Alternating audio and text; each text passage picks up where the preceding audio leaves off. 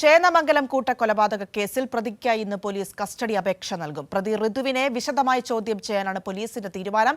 ശേഷമായിരിക്കും തെളിവെടുപ്പ് നടത്തുക. കോടതിയിൽ ഹാജരാക്കിയ പ്രതിയെ 2 ആഴ്ചത്തേക്കാണ് റിമാൻഡ് ചെയ്തിരിക്കുന്നത്. വിവരങ്ങളുമായി അർച്ചന എറണാകുളത്ത് നിന്നും കൊച്ചിയിൽ നിന്നും ചേരുന്നുണ്ട്.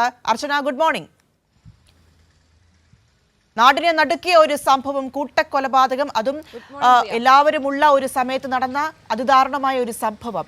ഈ സംഭവത്തിൽ ഇപ്പോൾ പ്രതി എന്ന് പറയുന്ന ആളെ സംബന്ധിച്ച് അയാളെ ചുറ്റിപ്പറ്റിയുള്ള അന്വേഷണമാണ് ശക്തമായി മുൻപോട്ട് പോകുന്നത്. ഇയാളിൽ നിന്നും കൂടുതൽ കാര്യങ്ങൾ അറിയേണ്ടതുണ്ട്. എന്താണ് ഈ കൊലയ്ക്ക് പ്രേരിപ്പിച്ച ഘടകം എന്നൊക്കെ വിശദമായി തന്നെ അന്വേഷണ ഉദ്യോഗസ്ഥർക്ക് മനസ്സിലാക്കേണ്ടതുണ്ട്. എങ്ങനെയാണ് ഇതിന്റെ നീക്കം? ഈ അന്വേഷണം എങ്ങനെ പുരോഗമിക്കുന്നു?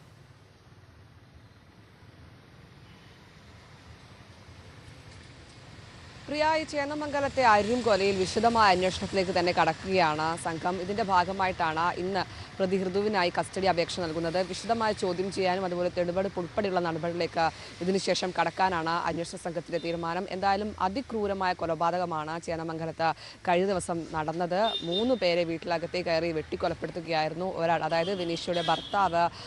ഇപ്പോഴും ചികിത്സയിൽ തന്നെ തുടരുകയാണ്, ഗുരുതരമായി തുടരുകയാണ്. അദ്ദേഹം എറണാകുളത്തെ സ്വകാര്യ ആശുപത്രിയിൽ സർജറി അടക്കം കഴിഞ്ഞ് ഇപ്പോൾ ആരോഗ്യസ്ഥിതി വീണ്ടെടുക്കുമോ എന്നൊരു പ്രതീക്ഷയിൽ കഴിയുകയാണ്.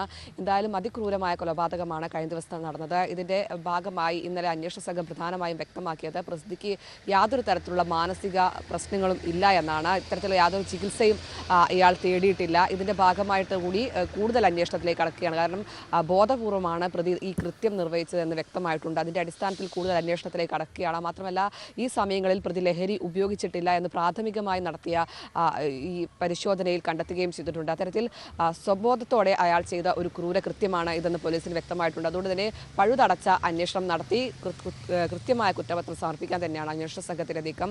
3 പേരെയാണ് ഇയാൾ വീട്ടിനകത്ത് കയറി വെട്ടിക്കൊലപ്പെടുത്തിയത്. ഇയാൾക്ക് അത്തരത്തിൽ യാതൊരു പ്രശ്നങ്ങളും മാനസിക പ്രശ്നങ്ങളും ഇല്ല. ഒരു കുടുംബത്തെ അപകീർത്തിപ്പെടുത്തിയെന്ന ഒറ്റ കാരണത്തിൽ ഉള്ള വൈരാഗ്യം വെച്ചാണ് ഇയാൾ 3 പേരെയും കൊലപ്പെടുത്തിയതെന്നാണ് നിലവിൽ അയാൾ പറഞ്ഞിരിക്കുന്നത്. ഇയാൾ പ്രതി കുറ്റം സമ്മതിക്കുകയും ചെയ്തിട്ടുണ്ട്. എന്തായാലും ഇതുമായി ബന്ധപ്പെട്ട് ഇനി തെളിവെടുപ്പ് അടക്കമുള്ള കാര്യങ്ങളിലേക്ക് കടക്കണം. ഇന്നലെ റിമാൻഡ് ചെയ്യാൻ പ്രതിയെ കോടതിയിൽ ഹാജരാക്കിയപ്പോൾ അന്വേഷണ സംഘത്തിന് മുന്നിൽ കൂട്ടമായി നാട്ടുകാർ എത്തി. രോക്ഷാകുലരായ നാട്ടുകാർ ഇയാളെ കയ്യേറ്റം ചെയ്യാനടക്കം ശ്രമിച്ചിരുന്നു. എന്തായാലും തെളിവെടുപ്പിലേക്ക് കടക്കുമ്പോഴും അത്തരത്തിലുള്ള ശ്രമങ്ങൾ എന്തായാലും പോലീസിന്റെ മുന്നിൽ വെല്ലുവിളിയായുണ്ട്. എന്തായാലും ഇനിയുള്ള നടപടി പ്രധാനമായും വിശദമായി ചോദ്യം ചെയ്യുകയാണ്. അതിനുശേഷം ഈ ചേന്നമംഗലത്തെ വീട്ടിലടക്കം തെളിവെടുപ്പ് ഉൾപ്പെടെയുള്ള നടപടികളിലേക്ക് അന്വേഷണ സംഘം കടക്കും. പ്രിയ, ശരി അർച്ചന.